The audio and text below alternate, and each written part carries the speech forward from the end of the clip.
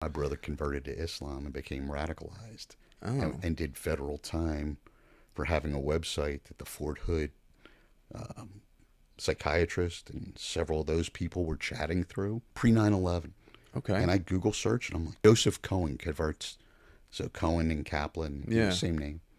And I'm like, oh boy. So I confronted him. He was living in Israel at the time, and he had an arranged wedding. He was a Hasid living in New York. Oh, it was crazy, dude. What the fuck? Oh, I did yeah. not know any of that. Oh, yeah. So I called my brother in Israel and he said, why? Your kids go to school? Because, yeah, private school. I said, you sell incense on the street. How do you pay for that? He goes, oh, the community provides. I said, the community provides? Which one is that? He goes, what are you asking me? I said, are your kids in Hamas school? He goes, yes. My parents went to Israel to try to save my sister-in-law and the kids. Everything was supposed to be set up. The Israeli group, I forget what, Yad Vahad. My brother leaves, and she knocks on the door, and my sister-in-law comes to the door and goes, Mom, what are you doing here? She goes, I've come to get you and the kids. And they didn't watch the back door. My brother walked back in. He freaks the fuck out. They kill Jews here, blah, blah, blah. And my mom is so naive because an article came out in Details Magazine, which was an offshoot at GQ.